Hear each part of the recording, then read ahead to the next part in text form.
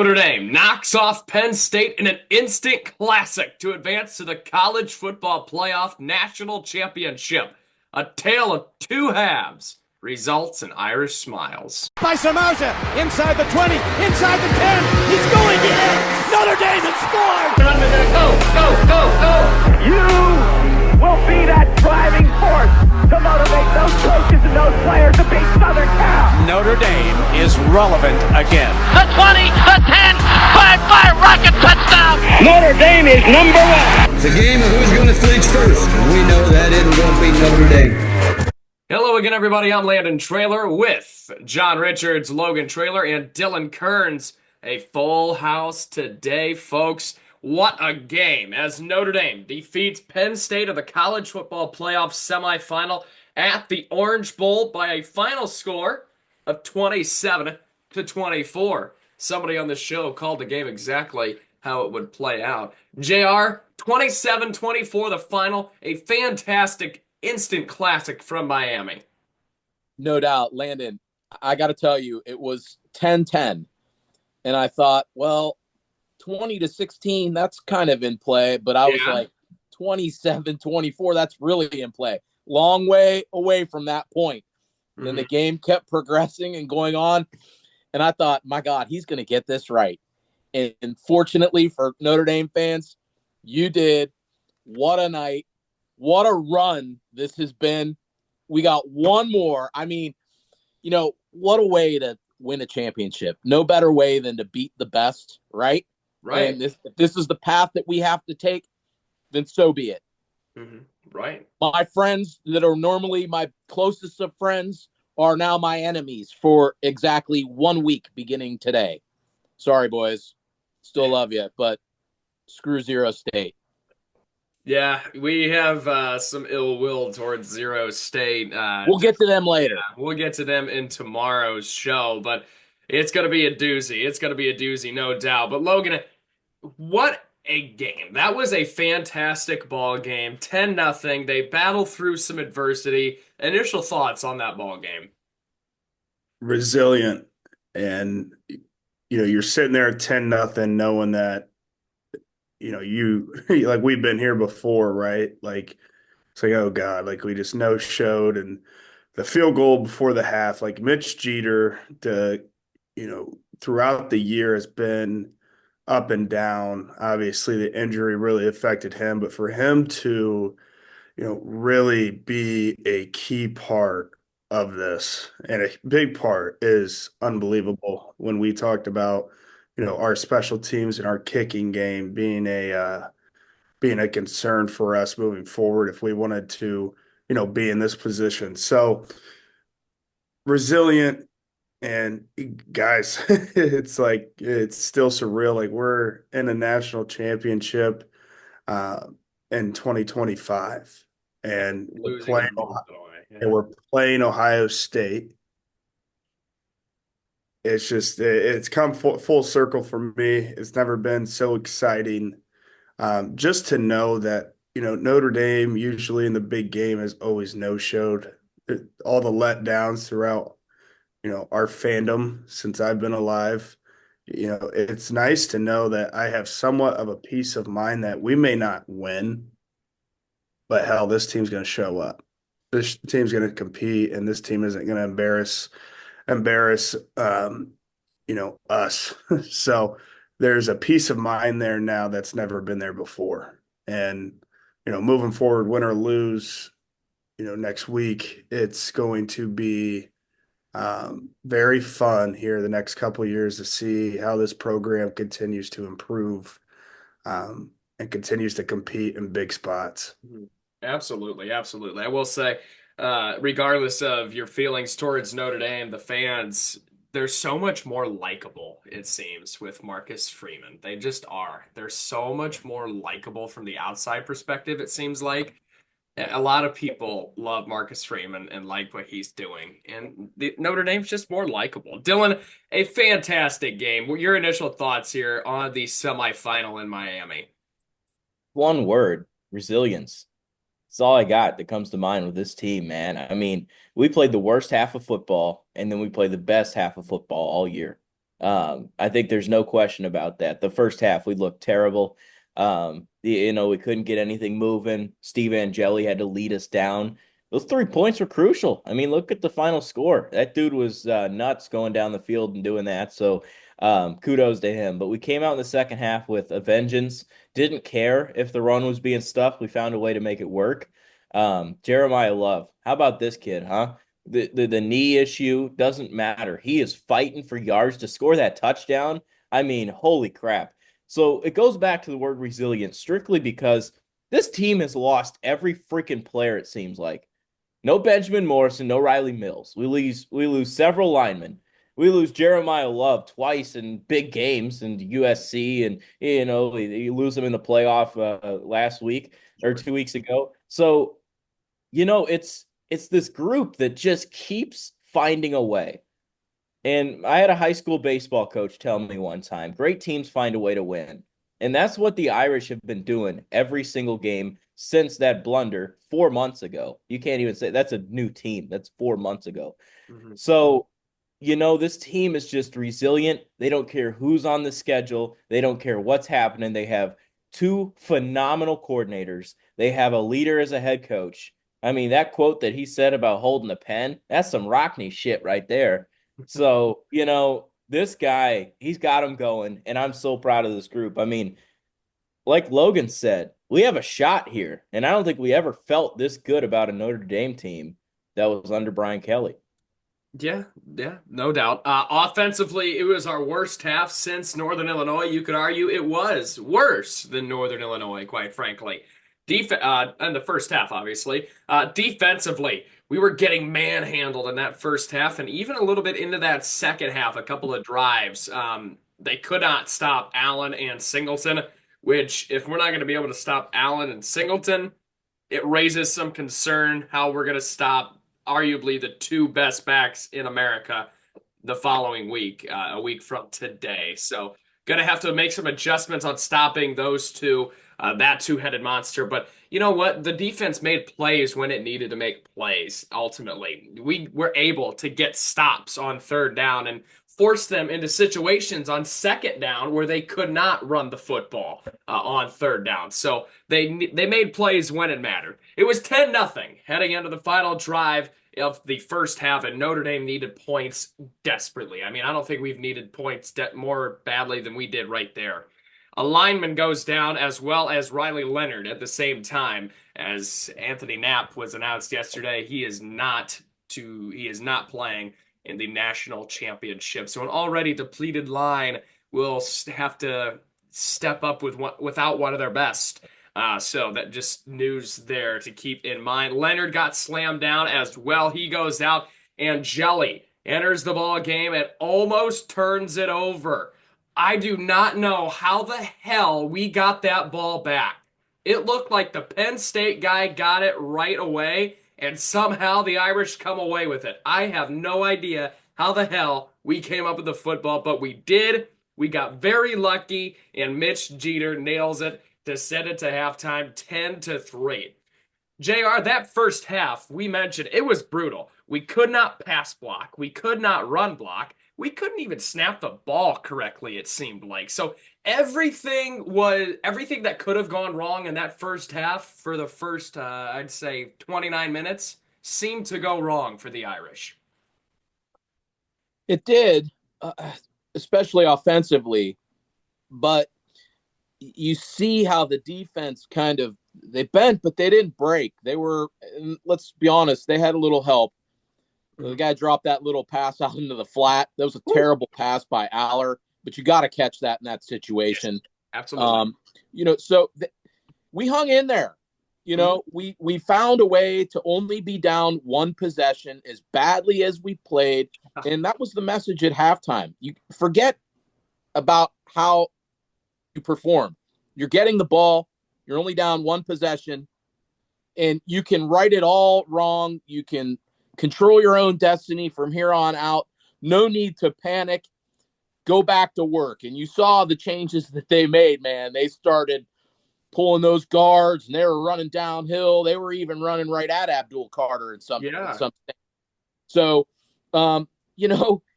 we say it all the time. They sacked up, and they had a little bit of help. We've had some luck go our way, but you make your own luck. Luck is a product of hard work and skill. So, they hung in there. They found their path. They found their footing, and kudos to them. That was a really, really gritty win and just a phenomenal job all the way around, because things could have certainly turned south. And that's where the leadership comes in and the kind of people that you have running the ship.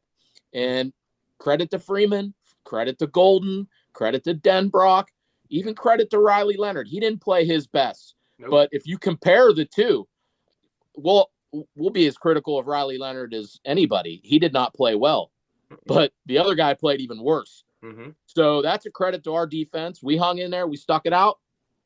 And, again, through Lando's lens, I'm telling you, I think that's a good segment we should create, because Swami says Lando's lens. Yeah, through the left eye of Landon Traylor. This game could have spiraled out of control, like you mentioned. It reminded me, I was thinking Clemson 2018, that playoff game. It was 3-3. Love goes down. We lose a lineman as well, and the next thing you know, it's 27-3 heading into halftime. So I would have loved to hear our full halftime speech, though. I saw Notre Dame media put out a nice little clip there of the end of the halftime speech. I would have loved to see that halftime speech. Logan has a saying, Logan, the harder you work, the luckier you are, or something about hard work and luckier you get. The luckier you get. And I think that's exactly what happened in this ball game. We worked our ass off. Coming out, Notre Dame looked like the college football Notre Dame we did in that second half. They look like the team that we have come to know and love this college football playoff. Led by Aeneas Williams, they march it 80 yards to tie it up at 10. I love this kid. He's going to be a stud. Our running back room is going to be stud-filled next year. The first defensive drive, we forced the first 3 and out of the ball game, and the momentum was shifting towards the Irish. And in 10 plays, led by Love, Leonard, and Greathouse, Notre Dame would take a 17-10 lead to rattle off 17 unanswered points. However, the very next drive, we saw glimpses of that first half defense team as Penn State went 75 yards in 7 plays, and they just shredded us to tie it up at 17, Dylan, through the ground game, mind you. Yeah, that was a problem. And like you said, you have to circle players that you need to stop. And still holding that tight end under 100 yards is pretty damn impressive. Yeah. But, Allen was running well. Singleton, 3 tutties on the ground. They had their way with us. The Penn State O-line was just, they were controlling the game, especially in the first half. Mm-hmm. Like, they had nowhere to go on that defensive line. So that was definitely concerning. And if you remember, not to preview a little bit too much here about Ohio State, it shut down Marvin last year. But it was Emeka Ibuka that went stupid. So you got to be able to stop both of their boys, because they got 3 first-round receivers. They got 2 stud backs. They got a shitty tight end, at least, in that G. Scott clown. But other than that, it's going to be a bigger test with the offensive firepower that Ohio State brings. I think the quarterback's similar. I don't think Will Howard's that great. But at the same time. We shut down Marvin Harrison Jr. for all but 1 play last year to set them up at the goal line. And that was because we had Morrison out there on his ass. And also because we failed to make an interception on that play. Nonetheless, the very first play of the next drive, Riley Leonard throws his second interception on his second bad ball of the game. One, he threw it high. The first one, he threw it high left it high over the middle. You cannot do that as a quarterback. And then the second interception, threw it a little bit behind the wide receiver. I hated that play call. Yes. Because, Logan, it was intercepted by the first defensive player.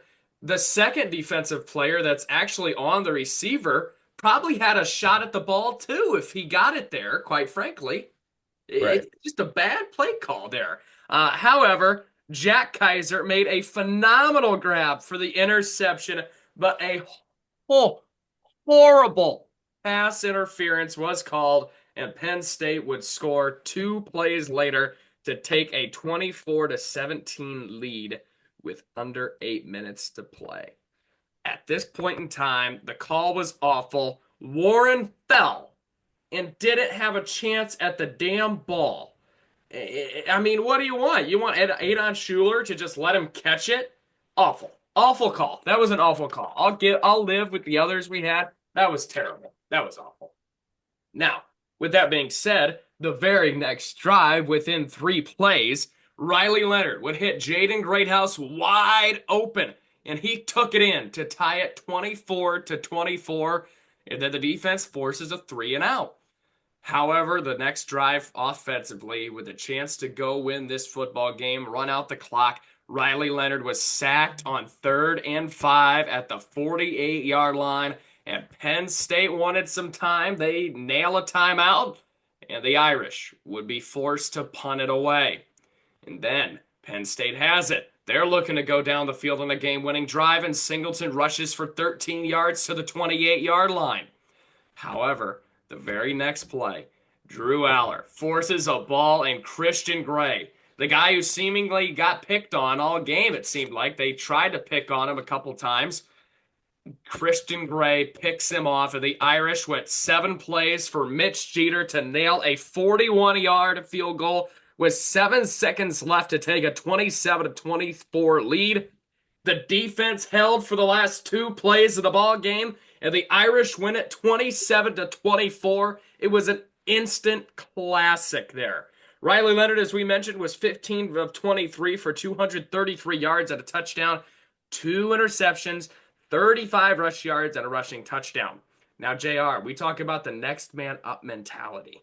Steve Angeli was 6 of 7, 44 yards. He did not play much, but when he was in there, he did his job and he got us on the board. All credits to Steve. Steve. Yeah, for sure. And he seemed to kind of reset the Penn State defense and kind of put them on their heels a little bit, because you saw Franklin kind of immediately scrambling. They didn't know if maybe Riley Leonard was done for the game or not. It was like, what do we have on this guy? And they kind of had to shift their defense a little bit based on how we were playing. And we didn't, miss a beat. In fact, we came out slinging it. So very fortunate to recover that fumble. There's been, I don't want to talk about luck of the Irish, because there have certainly been some instances. And, if you want to look at that field goal at the end, not to get off topic here, Landon, but that field goal at the end, there was a little bit of a kiss there at the end to make it, it turned a little bit of a blow of air there. Push it. The fumbles have been going our way. We're recovering a lot of things, divine intervention, so to speak. I don't know. We might need that coming up. We've gotten the ball to start the second half every time. Oh, yeah, we're winning the toss. Things like that.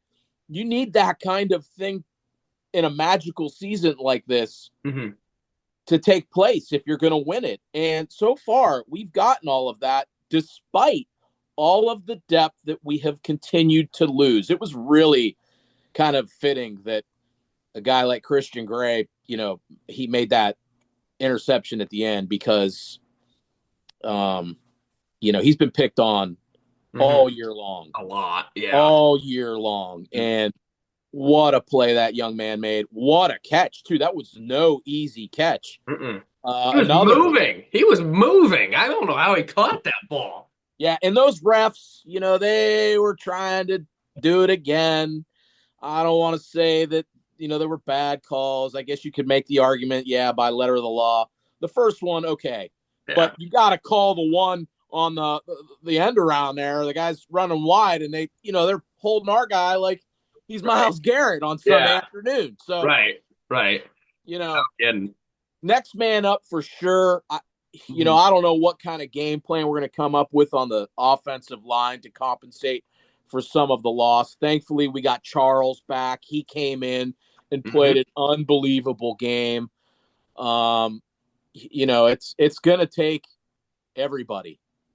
Yeah. Everybody. Literally everybody. to take down the 72 Dolphins. You know, you guys, you've seen it. I've got Ohio State fans telling me they're going to put up 70, 50 points. If we play this way, if we play that way, this game's already over. We're going to boat race you if you try and play us, man. You guys are a nice story, but, you know, we're the greatest thing since sliced bread. Never mind the fact that they have 2 losses. It's getting hairy over here. We can talk about that tomorrow. The worthless nuts and the good old flashback to the fat lard ass. Jeremiah Love had 11 carries for just 45 yards. He had a phenomenal touchdown. I've never seen something like that. He had 3 guys on him, and he just bullied them into the end zone. Big touchdown as well. Thomas had 1 carry for 18 yards in a big moment. It was 3rd down, and he took it on the jet sweep for a 1st down. And then Aeneas Williams, a great first drive of that second half. I don't think we win this ball game if it wasn't for Aeneas Williams in that first drive of the second half. Jada Greathouse had 7 receptions for 105 yards, had a lot of big moments in that ball game as well. Great to see the playmakers step up, Logan. Yeah, I mean, Mitch Evans had a heck of a game too, which I was excited to see. You know, that's, I think, is our wild card going into this Ohio State game, is we got to continue to utilize him. You know, I thought he did a really good job. It's good to see him, you know, get involved. You know, really hasn't been involved since, you know, last year when he got hurt. You know, had a phenomenal game against Duke, and then, you know, the rest is history. But, you know, it's a credit to Greathouse, who has struggled, who's been here. Yeah. Lows of the lows, and you know, to see him see that and to experience that success, it's awesome, and it proves that Notre Dame can have athletes. Notre Dame can be the more athletic team on the field, and you know that's what's special about it, is you're seeing guys who haven't you know, made plays in the past make plays in the biggest moments, and young guys, and that's what is very exciting, on both ends of the football. Just, you know, they are getting experience that not a lot of programs are getting right now, and that's what's very exciting for me, is just seeing these guys, you know, come in, get thrown to the fire, and you know, answer to the bell. Absolutely. Those young guys getting reps this early in this type of stage, if you will, is so huge for the program. That's why you come to Notre Dame, to play in these moments as a young freshman, sophomore, even if you want to say a 3rd-year junior, if you want to. The Irish were sacked 5 times in this ball game. Lots of scrambles out for Riley Leonard as well. Going to need to adjust some offensive line techniques maybe, because Buckeyes are big. Again, we'll get into that tomorrow. But Drew Aller on the other side of things for Notre Dame. 12 of 23, 135 yards, 1 interception. You could argue he should have had 2. 0 receptions to wide receivers. All of his receptions came from the tight end Tyler Warren or his running backs. Singleton and Allen, they had 166 yards combined of Penn State's 204. Warren, only 75 reception yards all game, or receiving yards, all game long. I believe that might be a season low for the all-star tight end. The Irish defense forced just 1 sack in this ball game, but again, the defense stepped up when it mattered, and I can't stress that enough. It stepped up when it mattered. The play calling was a tad bit conservative. I know we have a group text going during the games, and we were talking how just give the ball to your playmakers. I believe that was Logan's word. Give the ball to your playmakers. Go make a play in that ball game. The defense got rolled on a lot, picked on. Riley Leonard did not have a good game or a great game, but he did what he needed to do to win us a football game. And I think that's a testament to his leadership as well as him as a quarterback. And then Love needs to get 100%. He only had 45 yards in this ball game. We're going to need every bit of Jeremiah Love in this game. A lot to learn from for the next game. Definitely a lot to learn from. The second half adjustments in this game were so fun to watch. You could tell Freeman out-coached Franklin to a T. in that second half. He went in there, he made adjustments. Franklin did whatever Franklin does in the locker room. And I think that's a testament to Marcus Freeman because after Northern Illinois, he did a deep dive and he found himself and his team. I'm proud to be a Notre Dame football fan. I always have been, but I think now more than ever, I am very proud to be a Fighting Irish fan. In the other semifinal, so miles to the west, in the college football playoff semifinal at the Cotton Bowl, Ohio State defeated Texas 28-14. It was 21-14 to the fourth quarter. It was second and goal for Texas, and they run an awful play. 2 plays later, they scoop it. Ohio State would scoop and score, and the rest is history. The offense struggled for the most part for the Buckeyes, though. They had 7 points late in that second quarter, I believe. But their defense just continues to make plays. And so we are going to have our hands full, no doubt about that one, a week from today. Before we get out of here, it is a huge week in college basketball, and we haven't done this in a while. Why not do it now? We got Dylan back, so why not? It's time for some college basketball picks. Have not done this in a while. It is a huge week in college basketball. I'm going to list some games here. We'll start with a game. Boston College travels to Notre Dame tonight, Monday, 7 p.m. on the ACC network. The Irish with another loss. They've lost 3 in a row now. Yeah, you can't give up 15 to start. You can't go 15 down to start the game to a team like Duke. Right. They played pretty well after that, but you can't go through these lapses and these droughts. And it sounds familiar in my world. Boy, I tell you that. Give me Notre Dame, though, at home. I can bounce back here. Give me the Irish. Give me Boston College. Shrewsbury sucks. Get him out. All right. That just shows your true basketball knowledge. You see the win. You did see Mike Gray would not be 7-9. Hold on. You just see the win-loss record, and you automatically think he can recruit. I'll give it. He can recruit, but he loses to freaking Elon. Get him out of here. Yeah, second. Yeah, get him out of here, guys. Second year in. Get him the hell out of here. Get him the hell out of here, guys. He sucks. He can't win shit. Yeah, welcome back, Dylan. I'm going with the Irish. Welcome back. That's got to be your worst take ever. Mike, you just look at the win-loss record. I don't think you've watched a single game all year. You don't see his I have watched the runs. game. You don't see what he sets he runs. I mean, he can't put the ball in the hoop at the end of the day. He can't. But he recruits the kids that can. Has he, though? Yeah. He has transfers. He has his kid and Marcus Burton on the floor. All the rest are coming in or on the bench because they're injured. So you didn't know that. Can't win ball games. Oh, yeah. Second year in. Let's can the guy. What a dumbass. Illinois travels to Indiana Tuesday at 7 p.m. on Peacock. It's a big game for the Hoosiers. They need this one. Yeah, unfortunately, they're getting a very salty Brad Underwood team who lost to the Muss Bus the other day. This could tilt the scales for Indiana's season, but you don't know what the health status is of Renew. They need Renew, even though they're playing arguably a little bit better schematically without him, but you need his depth to be able to run that in place of Hatton. Oh man, what's the line? Do we have a line here? Anyone, Coach? Still too far out. I gotta imagine Illinois is favored by a couple of points. You know what, Dan? Give me the Hoosiers. Yeah, no line. Give me the Hoosiers. Right up there. Wow. All right. Upset. I love this Illinois team. If I'm being honest with you, not a passionate fan when it comes to college basketball, just like watching good basketball. I can't stand to watch Indiana.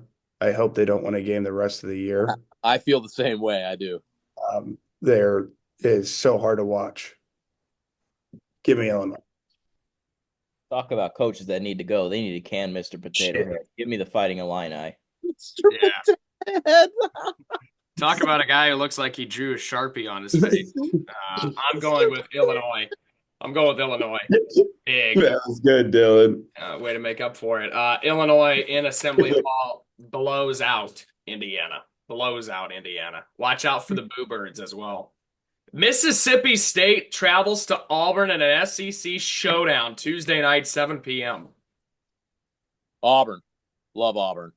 That's a man's team. Yeah. Auburn. Yeah, give me the Tigers. Yeah, I'm going with Auburn as well in this ball game. Going to be a good one. Mississippi State ranked 13th in the nation. Auburn should bump up to number 1 of the nation. Another good game of the SEC, the best conference in college basketball. Ole Miss at Alabama Tuesday night, 7 p.m. I'll take Bama at home. I'll take Bama at home as well. The Tide gonna be rolling in. Yeah, I don't know if it's the best conference in basketball, by the way. I'm not going to let that one. got the most ranked teams, got the most wins combined by all conferences, not even by far. Got some of the best coaches as well. Give me Alabama, though, to take down Chris Beard and the Rebels. Texas A&M, Buzz travels to Kentucky Tuesday, 7 p.m. on ESPN2. I'll take Kentucky. Oh, got them boys going. Hope. Yeah, I don't care. Give me the Aggies. Yeah. I can't pick against Kentucky at home at Rupp. Give me Kentucky. If it was that in Buzzland, I'd take A&M. Missouri travels to Florida in another SEC showdown Tuesday night, 9 p.m. on ESPNU. What's going on with that Florida coach? He's still there? Oh. I don't know what the hell's going on, but they're damn He's good. still perving down there? Oh hell. Give me Florida. Yeah. Give me Florida. Yeah, they're rolling at home. Yeah, Missouri's a sneaky good team, but I'm going with Florida at home. Did we have a answer there? He's still coaching? I don't know. I have no idea. I have Yeah, no my idea last that pick. situation there. No idea that situation. Love the guy. It's fricked up. I do like the guy. Kansas at Iowa State, Wednesday, 7 p.m. on ESPN2. Kansas in dire need of this win. Read that one more time, please. Kansas at Iowa State. Oh, wow. That's a good game. I tell you, it's a big week in basketball. Yeah, boy, that's a good game. Give me Kansas on the road. Ooh. Give me Flory and company to come into Ohio State and lose. Going with the Cyclones. Jaywalkers. You're going with Jayhawks? Yeah. I like Iowa State in this ball game at home.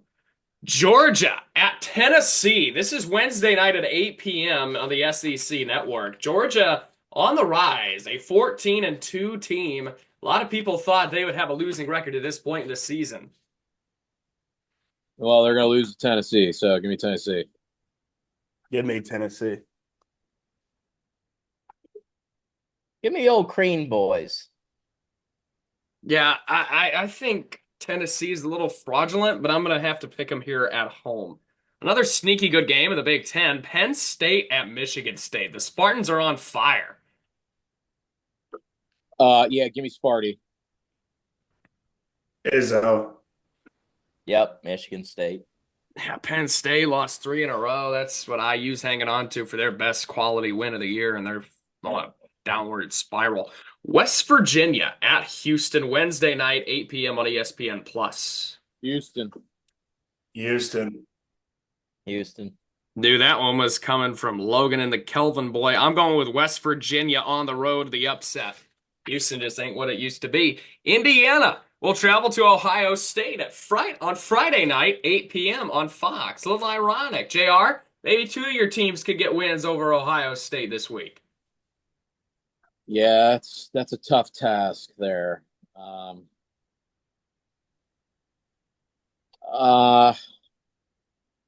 Boy, give me. Am I going to do that this week?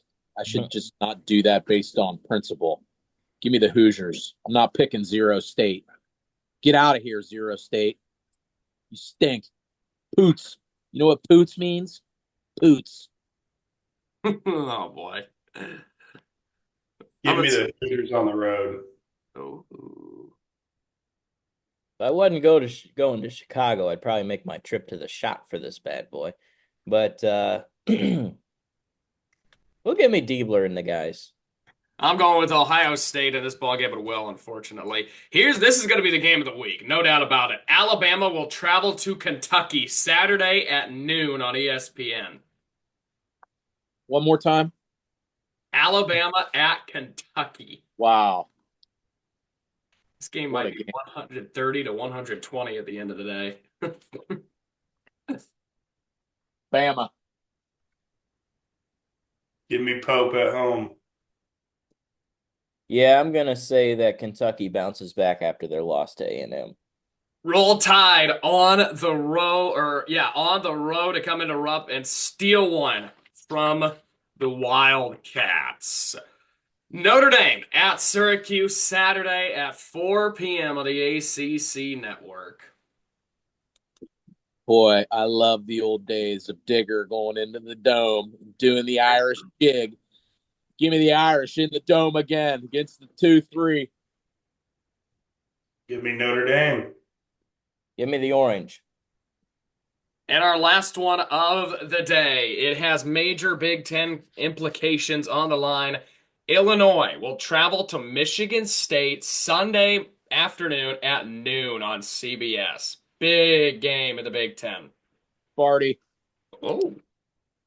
Party. Oh. Give me the Illinois Fighting Illini. Oh. I'm going Michigan State. All right, that does it for today's show. We are back tomorrow to preview the College Football Playoff National Championship between the Notre Dame Fighting Irish and the Ohio State Buckeyes. Should be a doozy of a game. Dylan, you're not going to be able to join us. What's your pick real quick? We got less than a minute. You know, nuts are being busted. Notre Dame 2017. Indeed, 20-17. I like it. Let's see Dylan's eye view of it. All right, we will see you tomorrow. And until then, go Irish.